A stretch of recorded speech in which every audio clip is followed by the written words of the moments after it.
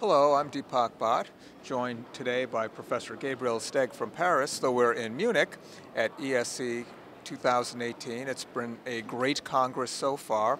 Lots of important trials and registry data and other scientific observations being shared with the medical community. We're going to go through some of the trials and registries that we thought were particularly interesting from today. There was a lot to choose from, but we just picked some that we found particularly interesting. Maybe we can start with POET, because I think of you sort of as a poet.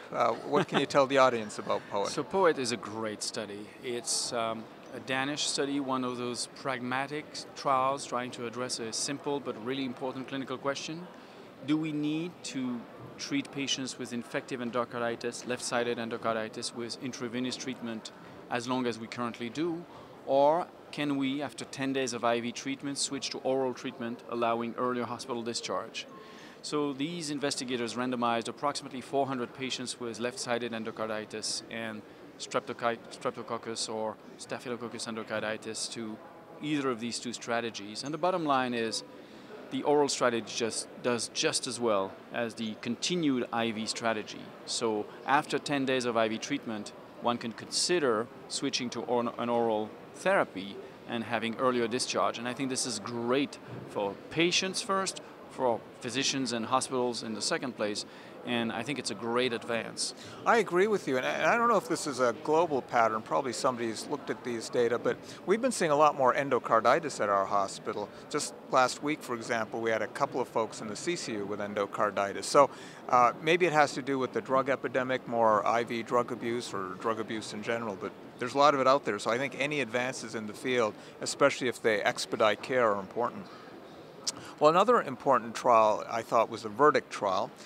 This was examining that question of when do you take folks with ACS to the cath lab. It's been an ongoing sort of debate, and there have been good studies on that, of course, the TIMAX trial, for example, suggesting that in really high-risk patients you probably ought to go within the first 24 hours, but in other patients that aren't quite so high risk you can wait a day or two.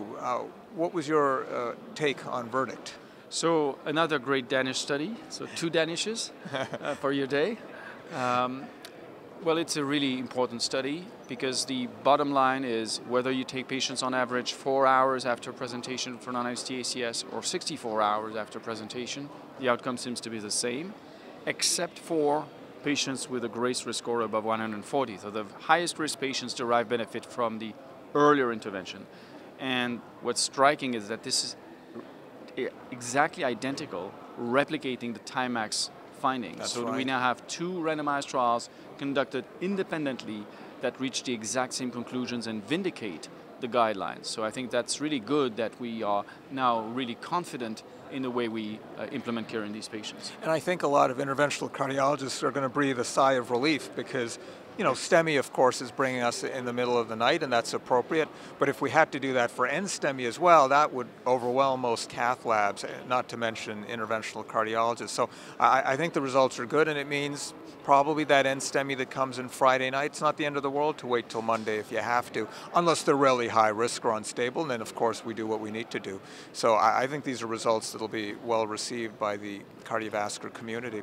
Another trial, or not a trial actually, a registry that I found interesting, but we'll see what you think, was the SCAAR registry, and they've been contributing quite a bit to different observations in cardiology and interventional cardiology.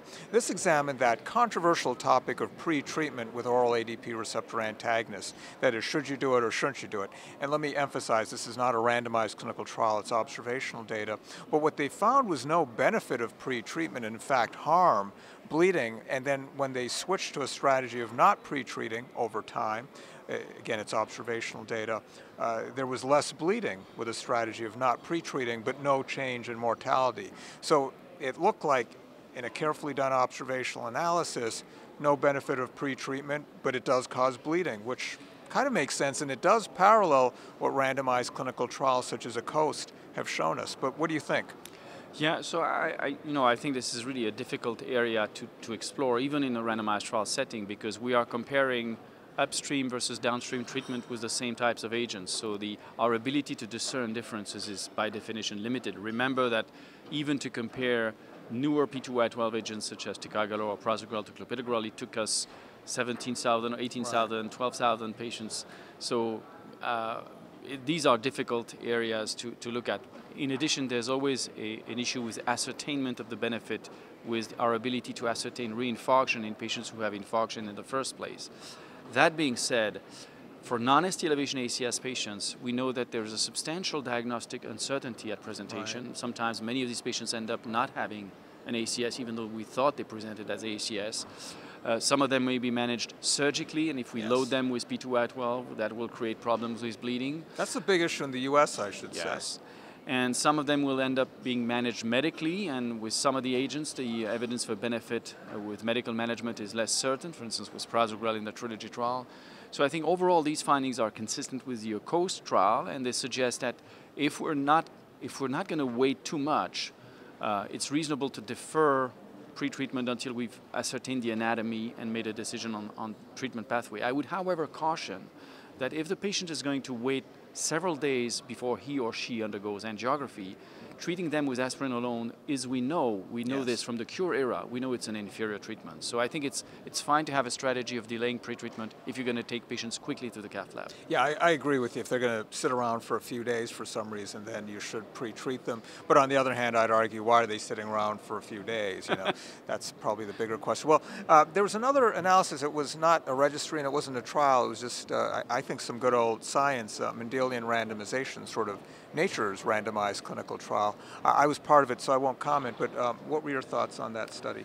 So that study is a very large conglomerate study using well-established Mendelian randomization methods to look at the effect of triglycerides on cardiovascular risk, particularly through the lipoprotein lipase pathway. And the bottom line is that there seems to be real risk associated with elevated triglycerides, and that sort of runs against the conventional wisdom that we've learned over the past decades, that triglycerides were a correlate of risk but not in the causal pathway. However, we know there are many issues with measuring triglyceride, whether you measure them fasting or not, and we know that they fluctuate a lot over the 24-hour cycle. I think this rejuvenates the interest. Actually, there's a lot of science that rejuvenates interest in triglycerides these recent years. And as you know, there are new agents that are being tested to affect outcomes that reduce triglycerides. So I think this is really very timely now that there are ongoing randomized trials testing this hypothesis. No, I totally agree, though it also does suggest you probably need a pretty big reduction in triglycerides to see a clinical effect. You know, it's one thing when it's manifest over a lifetime, but in terms of a drug and a few years of a randomized clinical trial, probably need a pretty potent reduction if triglyceride reduction is the pathway one is considering. Now, it's a very, I think, complicated field because is it ApoB mediated? Is that really, you know, where the action is? Some of these different drugs that lower triglycerides also have other effects. Could that, you know, potentially play in? But the good news is there are a bunch of randomized clinical trials that are ongoing that should tell us whether what we've seen in this Mendelian randomization bears out in real life. Good. Well, anything else that you think we should cover? Those were the things that I thought were really interesting. Well, there is so much at this meeting. I have to say it's humbling when you look at the program every day, trying to pick up which session to attend, from genetic studies to pragmatic patient education initiatives. I mean, we have the whole spectrum of cardiovascular science. It's been an incredible meeting, literally. Yeah, I agree with you. Really good buzz here, a lot of excitement. People have been really excited. And for those of you at home, hopefully you've gotten a little bit of a taste of what we've been experiencing here.